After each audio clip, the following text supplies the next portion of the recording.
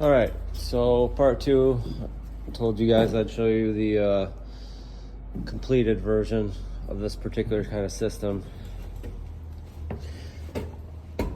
There's the dividing wall that I pointed out in the last video. You can see here, even with my method, it's not perfect. You got a little bit of nosing past, a little bit of nosing past. And that's just as close to ideal as you can get. Again, a lot of people try to work around this by building this landing out further so it can catch the stairs, but the problem is that you have nothing to support the corner.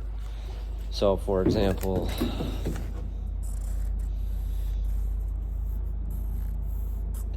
people try to build landings like this so they can land their stair stringers on this, but unless you have like direct way to transfer the weight, there's nothing to connect this to.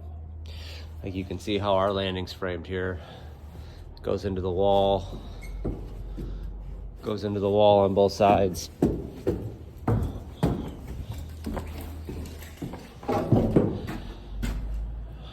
Right, and this should get a jack under it actually, but it's also fastened to the studs as well. But you can just see that that's really the only way to turn a corner on a landing without having a huge offset and where your last tread falls, a foot in and the other one's a foot over.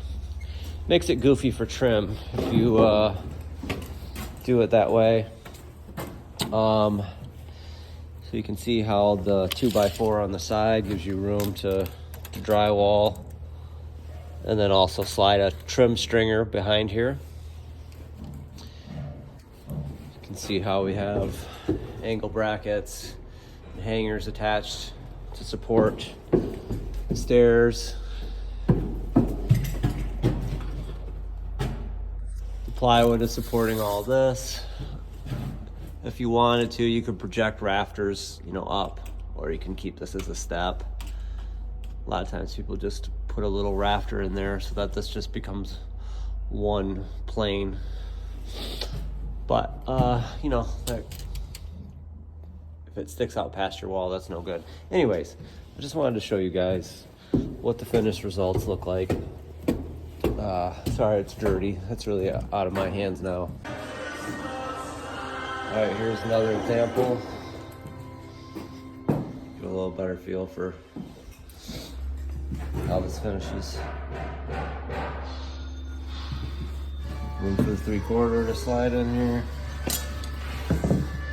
Trim stringer goes in. They'll put a veneer on these.